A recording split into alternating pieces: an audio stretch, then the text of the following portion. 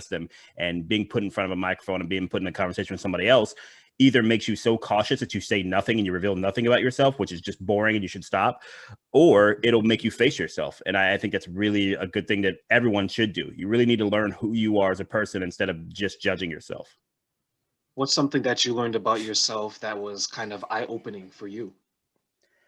Um, I don't necessarily back down from the positions that I have, but I like to play devil's advocate for people who don't need it.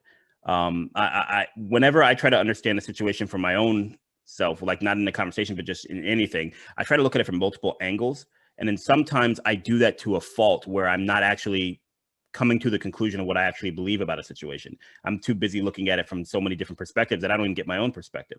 And so that's something that I've seen myself do in a lot of the conversations I have where I'm like, dude, just feel how you feel. Why are you constantly trying to play so many sides of the a situation? Just go ahead and feel how you feel and stick with that and then have a conversation from that perspective. And I know that initially you got into it because you wanted to have a conversation with maybe a colleague of yours in regards to the George Floyd situation and things that are going on in the States, especially 2020. Hmm. Although I think it was more highlighted in 2020, it was probably always there, but now it bubbled up to the surface and it's in a lot of our faces. How was that experience for you, sharing that with someone that may not be able to relate in a way that you were able to relate, given your background?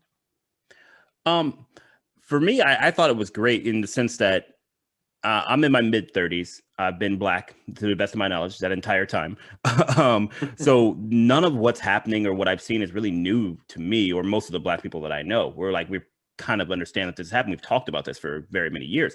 So what was really interesting was seeing the world react to it as if it was the first time they'd really seen it. Because for a lot of them, it was. It truly was the first time they had conceptually understood what black people had been talking about for so long. So I think that it was a really eye-opening experience to see what people had actually believed had been happening and what they thought now. And then what I respected about that the gentleman that I spoke with is he was doing the work to inform himself. He was doing the work to try to say, hey, I've had a blind spot here. Let me stop having that blind spot. Let me see what else I can learn. Let me go talk to people about their lives and try to come from a place of understanding. And so I respect that work. A lot of people want to condemn people for not already having that, but you don't have to have that, and he never has to have that if he chose not to, but he's trying to. And I think there's a lot of respect that I would give him for that. So for me, I think the interesting thing for 2020 that you see, and just in the past few years anyways, is the development and proliferation of phone cameras and what they've changed the perspective of a lot of people, because so much of what we feel and believe is what we can see and actually experience. And I think that the statistics would tell you that police violence, particularly police violence against minorities and just minorities living situations, has gotten better, and that's factual, and I'm telling you that's true. But it doesn't necessarily feel that way for some people because now we can see it so much more readily.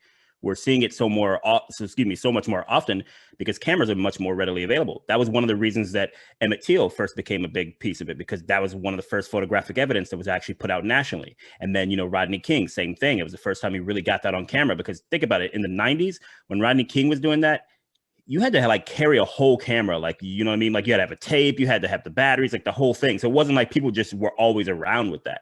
So that was the first time that you really saw that put out there. And now you're seeing it more and more often. And now you see it with George Floyd, where you're seeing it in all of its terrible happening, where what is it, 8 minutes and 46 seconds or something like that, that video is. Mhm. So you see all of it. There's no cutting away. There's no making it look better than it actually is or any of that stuff. And I think for a lot of people, that visceral image is what they needed to really come around to where we're at with some of those things. And I think you raised a good point because now it seems that everyone has a camera, whether it be a phone or something else, in their hand, in their pocket, in their purse, or on their person. And now we're in a situation where if you can show an image, if you can show a video recording of something, you can evoke more emotions versus someone saying, yeah, you know what, a year ago I experienced this. Well, the person may say that's unfortunate for you, but they don't have an emotional connection or emotional involvement in it. But if you can turn your phone around and say, hey, have you seen this? Then I think human beings are more inclined to put themselves in that person's situation and be like, you know what? Something is wrong here. Do you think there was one of those moments and that's why we are now down the path that we are going forward into 2021? Well, I think it's a combination of several factors, and I don't think that I'm reinventing the wheel by saying this. I think a lot of people have come to this conclusion as well. But we're also in a period of quarantine where people weren't able to ignore it as easily. You know, when you're in living your what we call regular day-to-day life, you know, you've got a job, your kid may have something after school, you might have a meeting that you got to go to, whatever it is, you're busy. You don't have so you only focus on things that immediately affect you a lot of times. Whereas with when George Floyd happened, we'd been quarantined for like 45 days or 60 days, whatever it was at that point. And so people didn't have as many outlets. And so they couldn't avoid it. They couldn't escape it. Most of their escapism they were getting was already digital. And this was just everywhere in the digital medium. So I think that affected it a lot. But to your point, I think, again, like I said, seeing the entirety of that video for all those 8 minutes, no cutaways, no way to say, hey, maybe X happened, maybe this happened, maybe, you know, there was not a lot of ambiguity to what happened there. And I think that changed it for a lot of people, because one of the things that I've noticed for people, and this is people of every shade, every creed, everything. So I'm not trying to blame any particular set of people when I say these things. But we do like to ignore problems that don't directly affect us. It's one of the ways that we deal with them.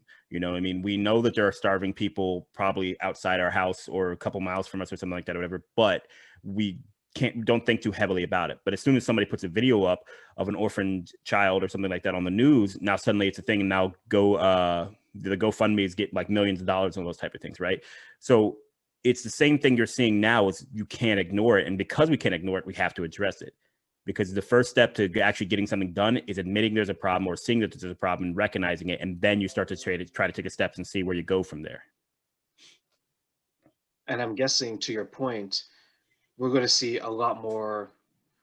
I say we're going to see a lot more connection between people, right? Because we have a rallying now, even though there's always going to be some type of issue. And as you mentioned, that one of our coping mechanisms is saying that, you know what, this doesn't directly affect me, so I don't have to pay too much attention.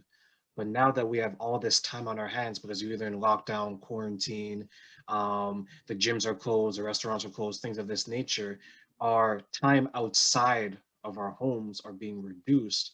Now we have a lot more time to say that, you know what, there's certain things that aren't right. There's certain things that maybe I need to do to be a better person, which is ultimately going to help improve my community. And I know you mentioned to me earlier